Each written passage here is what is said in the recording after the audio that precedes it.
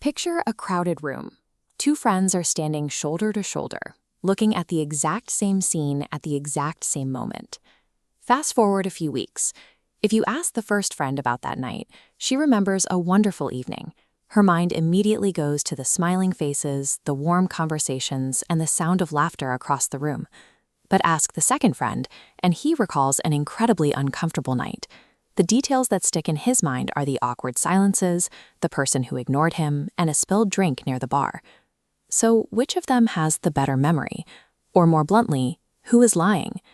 The answer is neither. Both friends are telling the absolute truth based on the story their minds constructed. Their eyes took in the exact same room, but their brains simply chose to keep completely different details.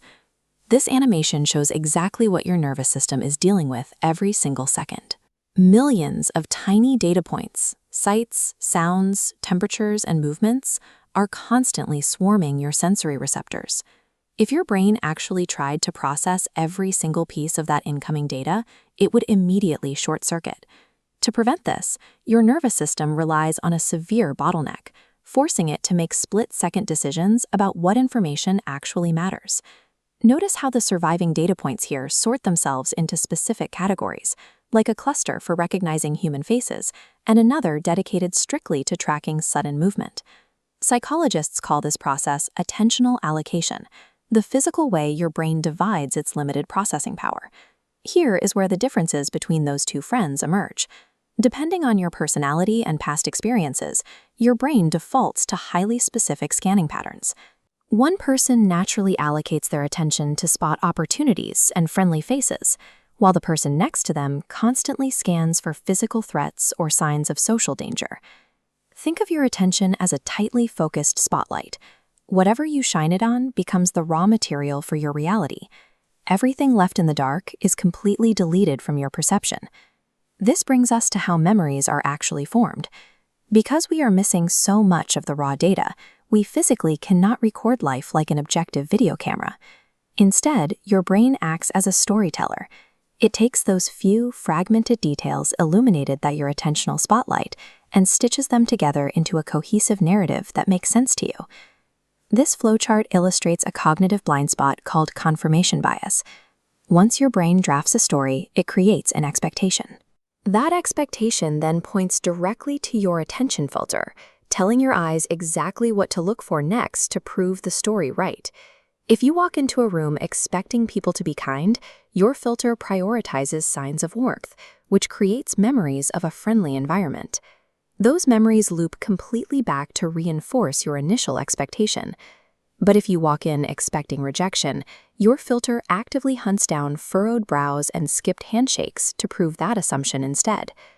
Long before a conscious memory even has the chance to form, your deeply ingrained expectations are already secretly rewriting the raw sensory data that you actually allow yourself to physically collect. This split-screen blueprint represents how this filtering effect plays out over a lifetime in a shared environment, like a childhood home. It explains why two siblings can be raised by the exact same parents under the exact same roof, yet recount entirely opposite childhoods. One grew up collecting moments of encouragement, while the other's filter captured a stream of criticism. Both of these psychological experiences are genuine. The pain is real, and the joy is real. But neither sibling possesses the complete objective picture of what actually happened. When we argue with people close to us over the facts of a shared experience, we often waste our energy fighting about objective reality. In truth, we are just clashing our highly subjective filters against one another. The good news is found in a concept called neuroplasticity, the brain's physical ability to reorganize itself. That invisible filter in your mind is not permanently locked in place. We can train it by looking back at our feedback loop. When you deliberately choose to notice contradictory information, like seeking a positive interaction when expecting a negative one, you break the cycle, forcing your brain to wire a new path. So, the next time you find yourself disagreeing with someone about how an event played out, try abandoning the question, who is right? Instead, ask yourself, what was each brain paying attention to? You never experience the whole world.